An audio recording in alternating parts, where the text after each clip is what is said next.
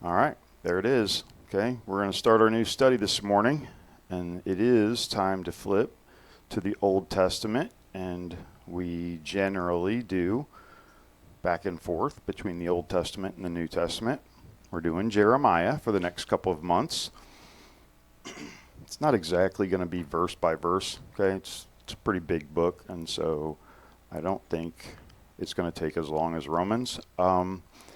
But it would be my guess that, when you think of the Bible stories that you know, and when you think of the Bible verses that you have memorized, not very many of them come from the book of Jeremiah. All right, so it's actually a very cool book. I would actually encourage each of you to do a little bit of reading ahead each week so that the things that we talk about aren't just like completely out of left field, and that would make our time here on Sunday mornings, potentially a little bit more productive. And so, anyway, this morning we're going to do like a little bit of history, as we generally do when we start a new Old Testament book. We're going to do a little bit of geography. We're going to do a little bit of background because, frankly, I'm just not sure that most of us understand enough of the Old Testament timeline to really know what's going on. And so I think that if we can provide a framework, then this book is going to really stand out as an incredible book of prophecy and an incredible window into the heart of God. And I did, at the last minute, decide to cut this teaching in half, so it seemed way too long, and we had kind of gotten into the habit of going long in Romans. And so, like, I originally constructed this and then chopped it in half. So this is part one of a distinctly two-part teaching. And so you'll just have to come back next week if you're at all interested in getting the main point that we were going to try and make in one teaching, but instead now are going to make in two. And it's possible that this morning will be a little bit short. I'm really not that good at gauging how long these things are going to be. So if you don't feel like you got your money's worth this morning, then go ahead and take the mic at the end, if we can get it working, and just fill the time up yourself, okay? So for a way of introducing us to the author of this book, we're going to jump into the text, and we're going to let him make his own initial introduction. It says, "These are the words of Jeremiah, son of Hilkiah, one of the priests from Anathoth in the land of Benjamin. The Lord first gave messages to Jeremiah during the 13th year of Josiah, son of Amon, king of Judah. These messages continued through the reign of Jehoiakim until the 11th year of King Zedekiah. In August of the 11th year, the people of Israel went into captivity." So, like, this guy is clearly bookending the time period in which he's claiming to receive messages from God in order to pass those messages on to the people. And you're welcome to look these things up on your own. All right, but the 13th year of Josiah is put by scholars at 627 BC. And the 11th year of King Zedekiah is the same as 586 BC. All right. And, if neither of those dates seem familiar to you right now, you can look at the end of verse 3, or you're going to find out in a minute that one of them is quite significant in Jewish history. Okay, so that last one is like a normal Bible timeline thing. So in order to really understand what's going on, we have to start at 1400 BC, and that'll give us some context for why what Jeremiah is talking about even matters at all. So in 1400 BC, Israel came into possession of the Promised Land. And so if you weren't here for either of the times that we've studied the book of Exodus, then you have perhaps seen it in movies, or you've studied it, studied the story some other time in some other place. But Moses is like talking to Pharaoh, "Let my people go." Eventually, Pharaoh does let the people go.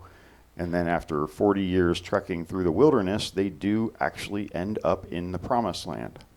And eventually, let's go back a little bit. Initially, the people are living in the land in, it's a pretty decentralized way. Okay, they're living according to their tribal territories, and they're, just sort of distributed throughout the land. And this is the way it is until about 1040 BC, when, at the request of the people, God establishes a monarchy and lets Israel have a king. Okay, so the first king is Saul, then David, then Solomon. And after the reign of Solomon ends in 960 BC, the 10 northern tribes of Israel decide that it's not fair that the king is always from Judah in the south, and they essentially secede from the union and establish their own kingdom.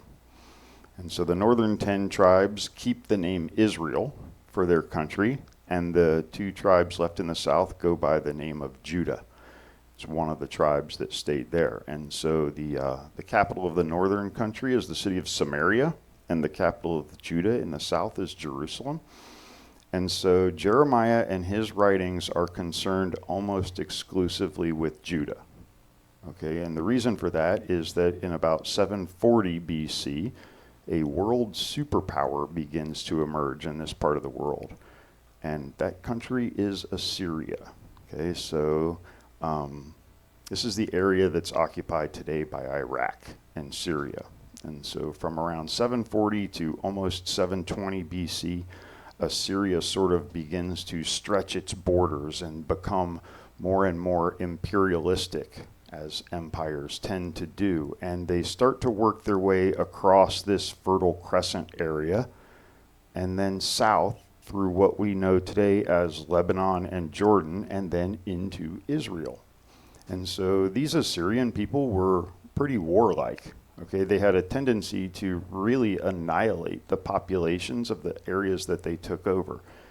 And you can see, though, that the red line here that we've got on the map and that indicates the movement of their army sort of ends at Samaria. So they put Samaria under siege and they starved the people to the point where they pretty much just walked in and took over.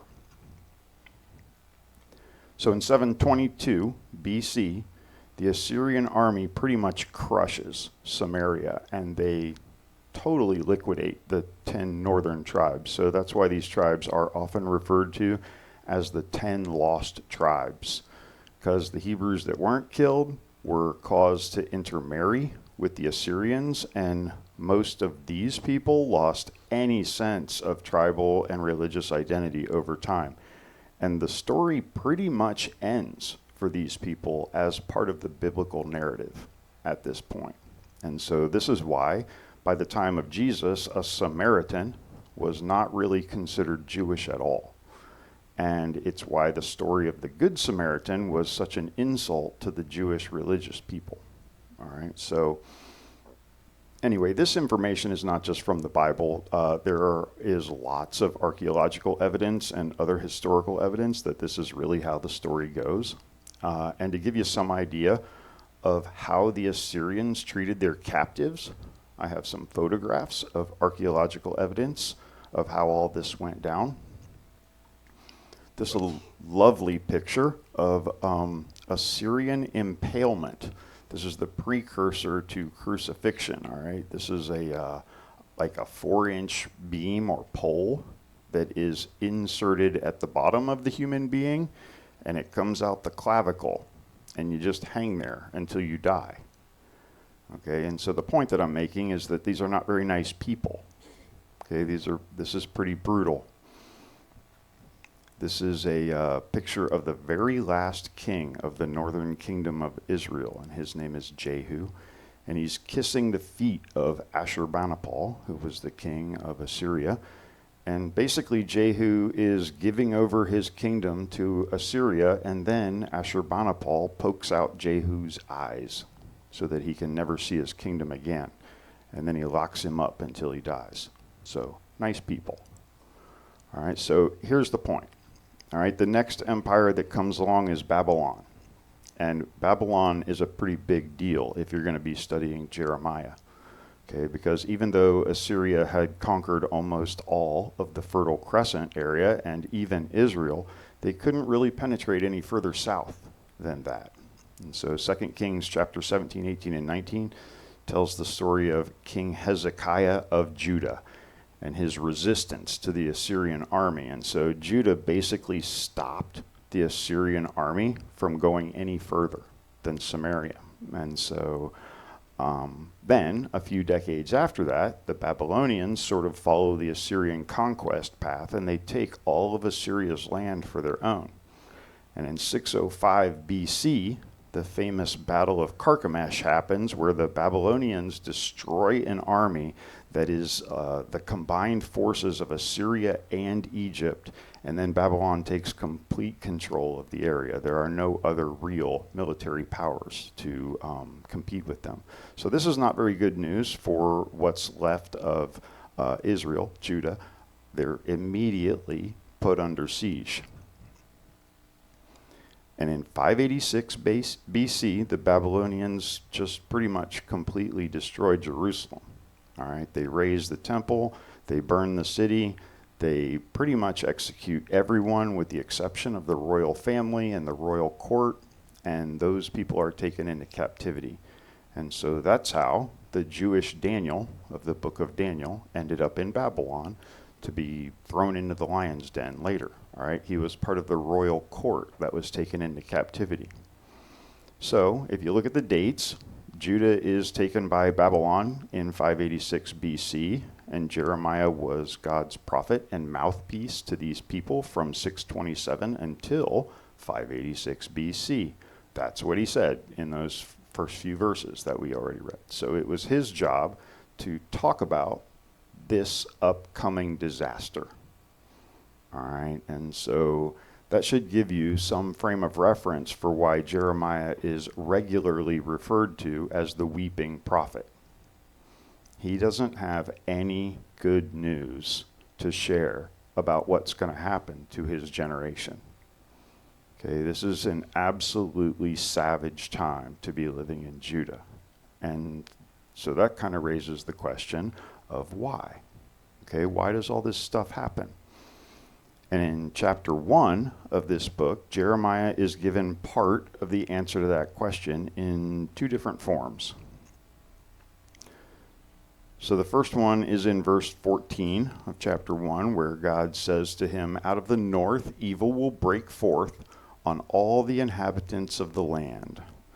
And so for most of the history of Judah, they believed that the real threat to their security came from Egypt. Okay, which is to their south and to their west. And Egypt was the historical enemy of Israel and Judah. All right, but God is saying here that they don't really need to worry about Egypt. Okay, Egypt is pretty much played out at this point. They need to be looking to the north and to the east for where the real threat to their security is going to come from. So this is like a political reason for this happening. Okay, so like if you look at where Israel is located, Israel is sort of right at the intersection of three different continents. Okay, it's right on the coast of the Mediterranean Sea.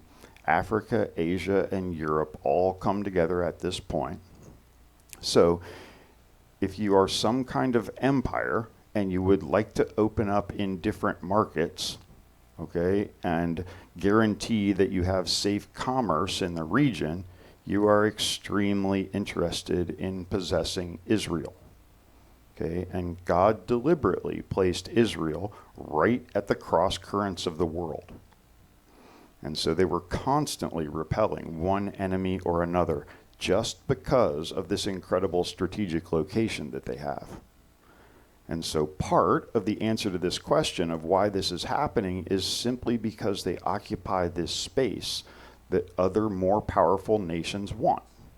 All right, but the book of Jeremiah has almost nothing to do with the geopolitical reasons or the economically strategic reasons why a nation would want to possess Israel.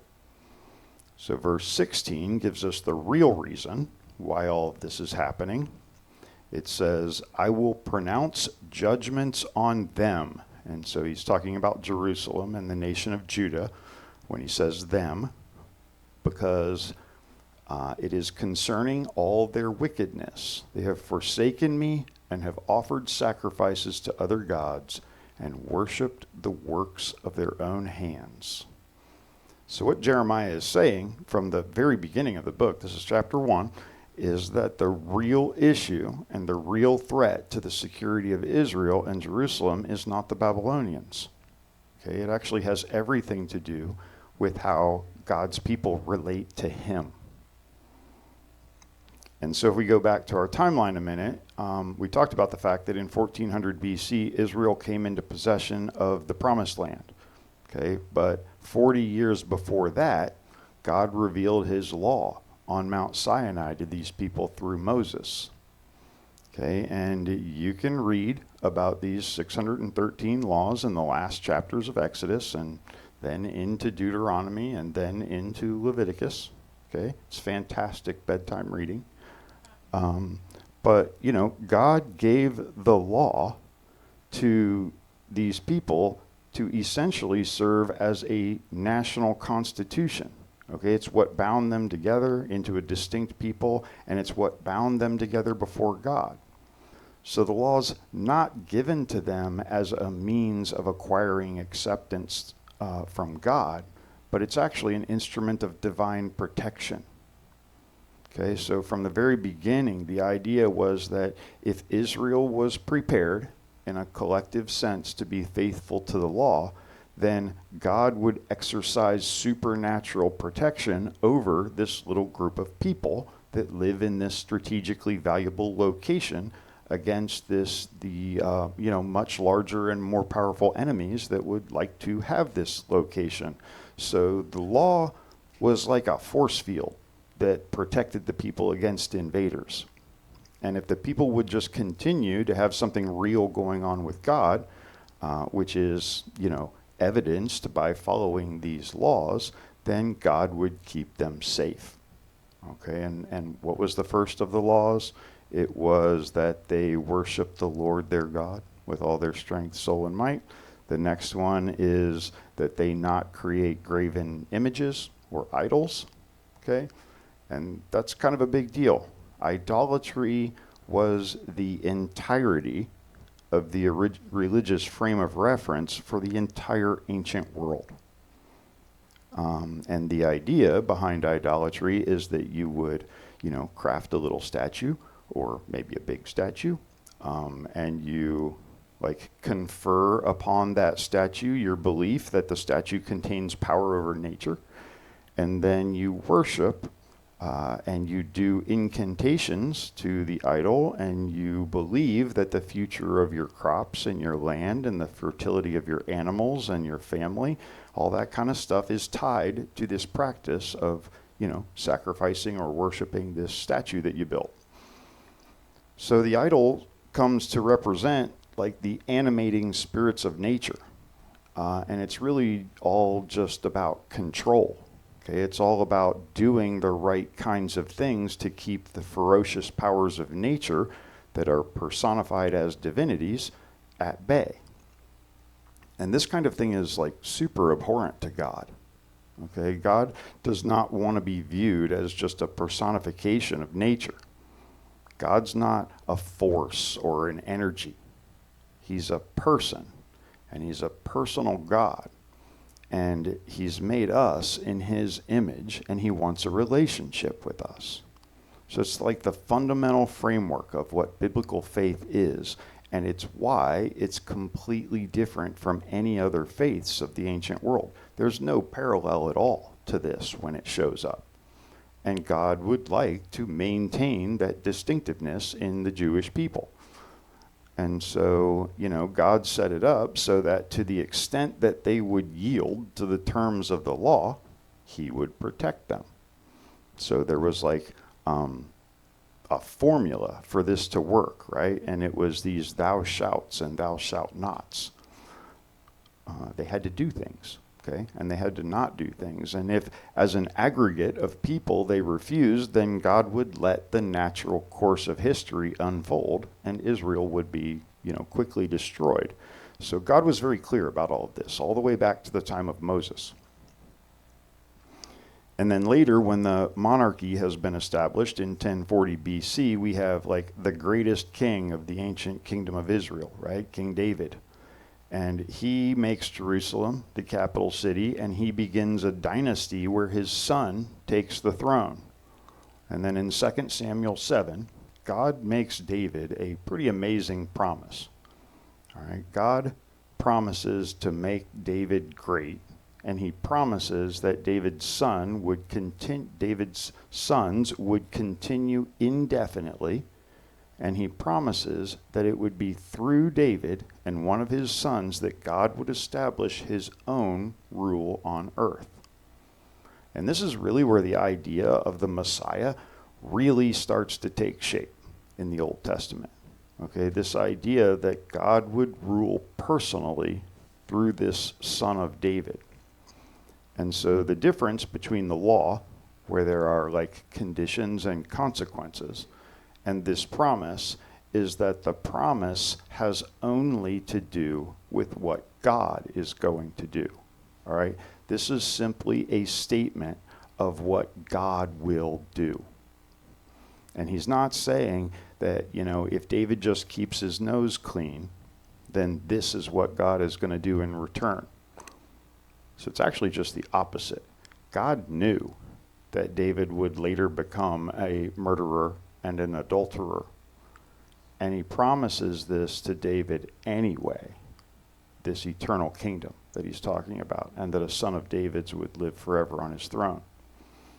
And so what I'm saying is that there's like a weird and sometimes confusing tension that's in the Old Testament. Okay? On one hand, and in some ways, the nation spends generations relating to God on the basis of the law. And they invariably fail. And they receive the consequences of that failure. And then they go back to obeying the law and they receive God's protection. And then on the other hand, the Old Testament contains this message that in the future sometime, regardless of what any generation does, God will establish his rule through David's son in Jerusalem. And so both of those messages are going on here. And what Jeremiah is saying to the people that he's talking to is that, what they're experiencing in their day, the onslaught of the Babylonians and the siege of the city and the destruction of the temple and their villages, is happening because the priests and the kings and the rich and the poor and the prophets, all kinds of people have together rejected the law. And they've gone out and they've pursued these idols that came in with the Assyrians and the surrounding nations. All right, they've just walked away from this little project that God has going on with them, where they have a distinct monotheistic thing going on with God. And so during this period of what we call the divided kingdom, where you have Israel in the north and Judah in the south, God raises up a bunch of prophets. And so when you get near the back of the Old Testament, and sort of starting with Isaiah and running all the way to the end, you're reading the things that God is saying to his people during this really pivotal time when their entire national existence is at stake. And Jeremiah is one of these guys that God is speaking through. And so one of the things that I want us to step back and look at is this question of what's the deal with God? Is he being petty? I mean, what's his dude's got the whole universe. So why is he so concerned with Israel being his people? Why are the consequences so high if Israel doesn't honor him exclusively?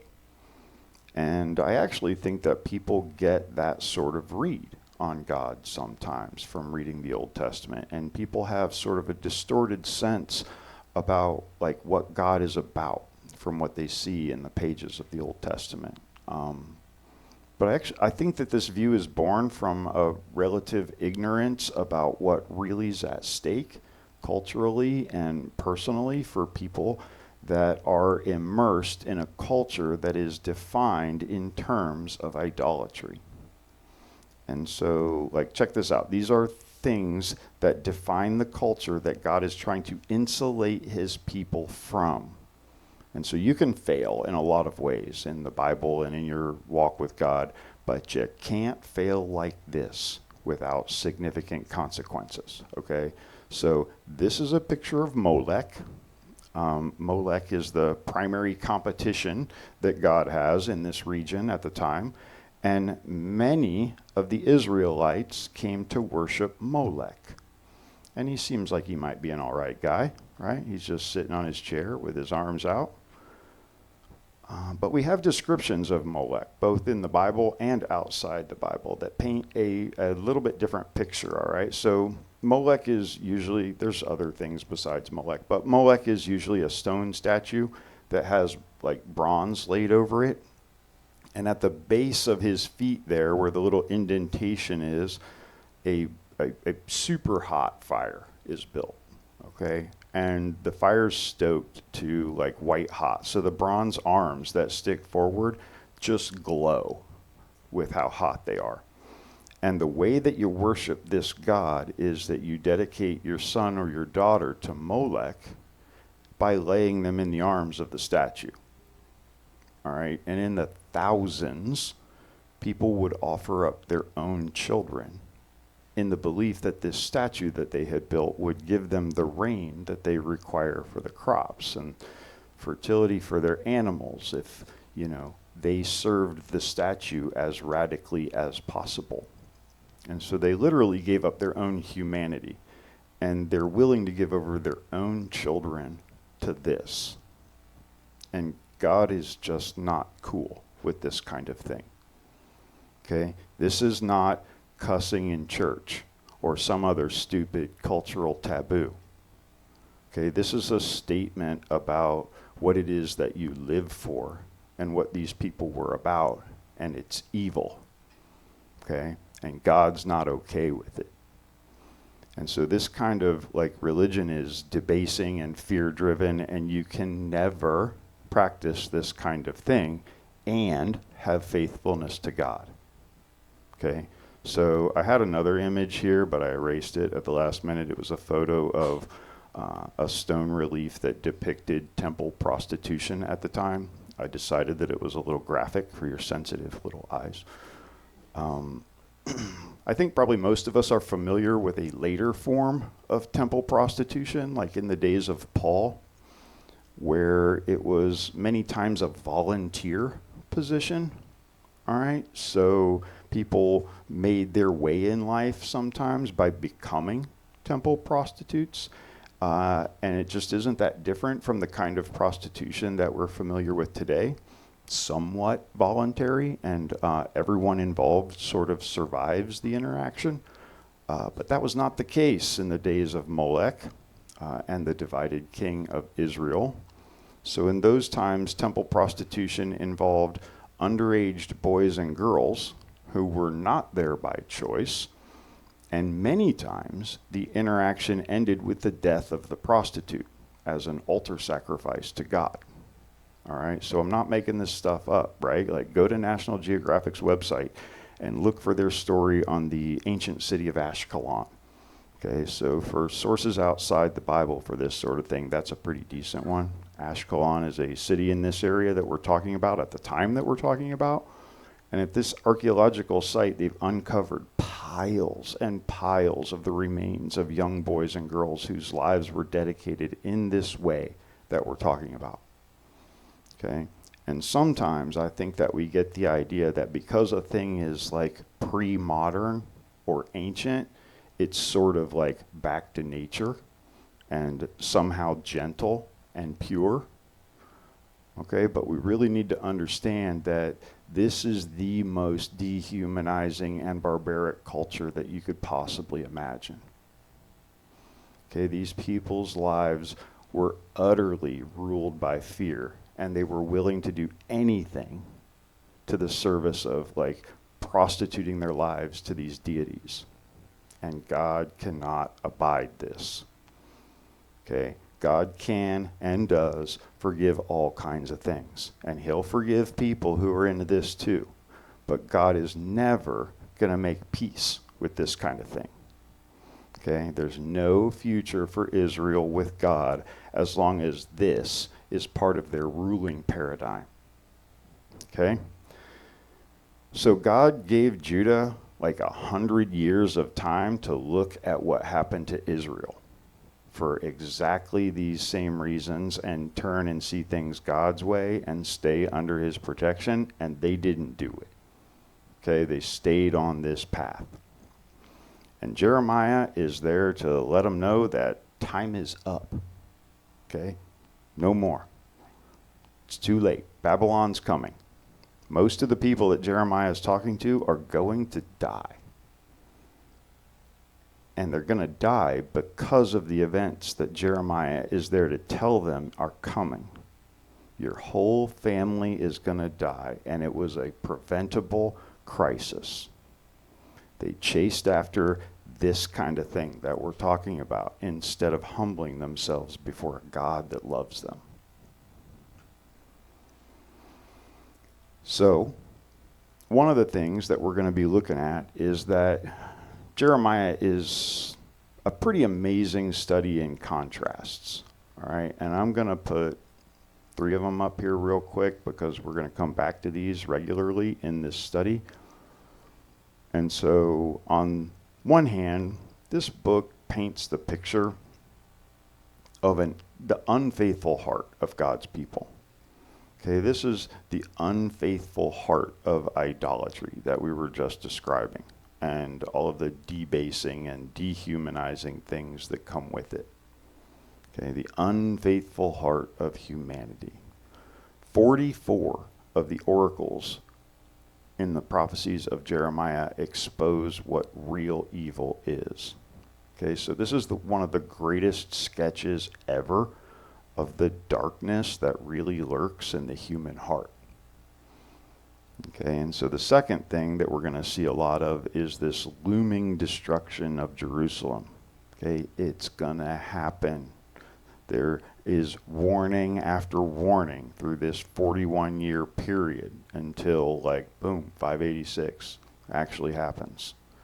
Okay, and then we're going to see this acknowledgement that Babylon is here to stay. Okay, Babylon's going to rule, and you Hebrews who survive are going to be carted out for 70 years of exile. So that's the grim news that Jeremiah has.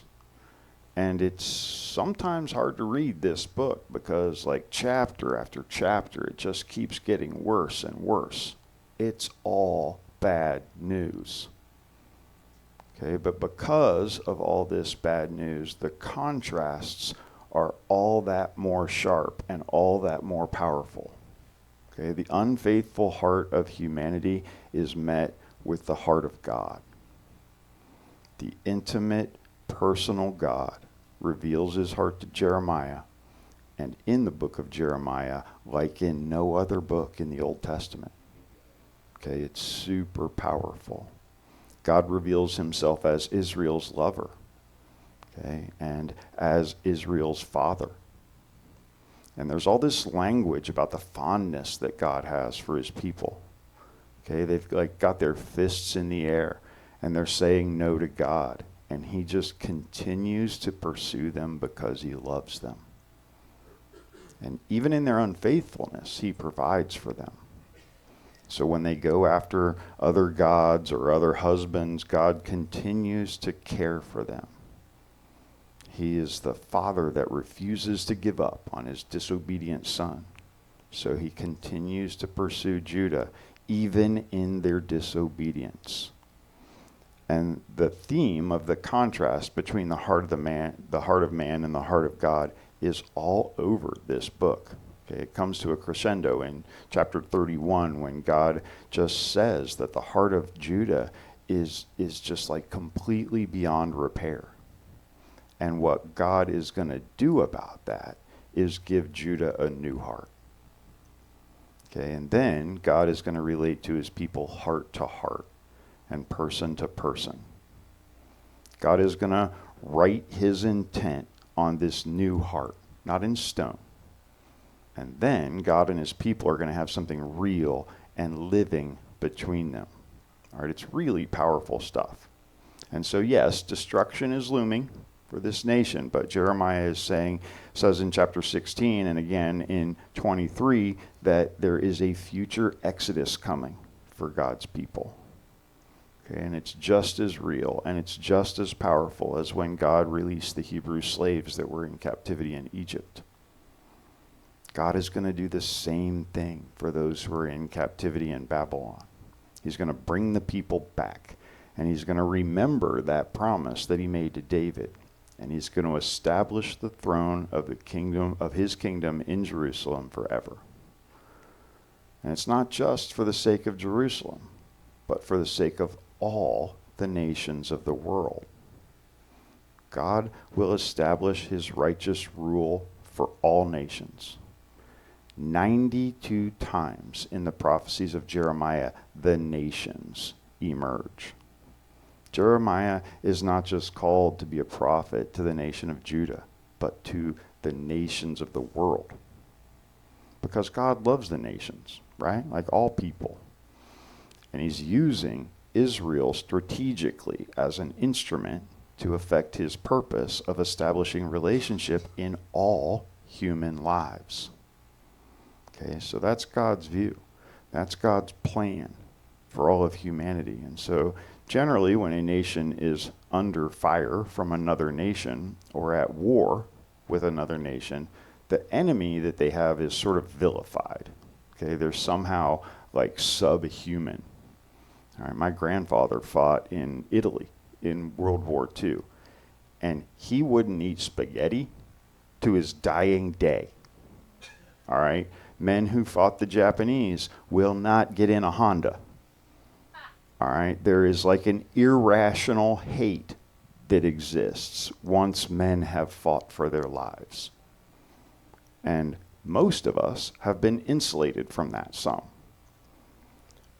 But it's interesting in Jeremiah that as Judah and Jerusalem face the very real possibility of extinction, God sets his sight on the nations and makes it very clear to Jeremiah that he loves the enemy just as much as he loves the Hebrews.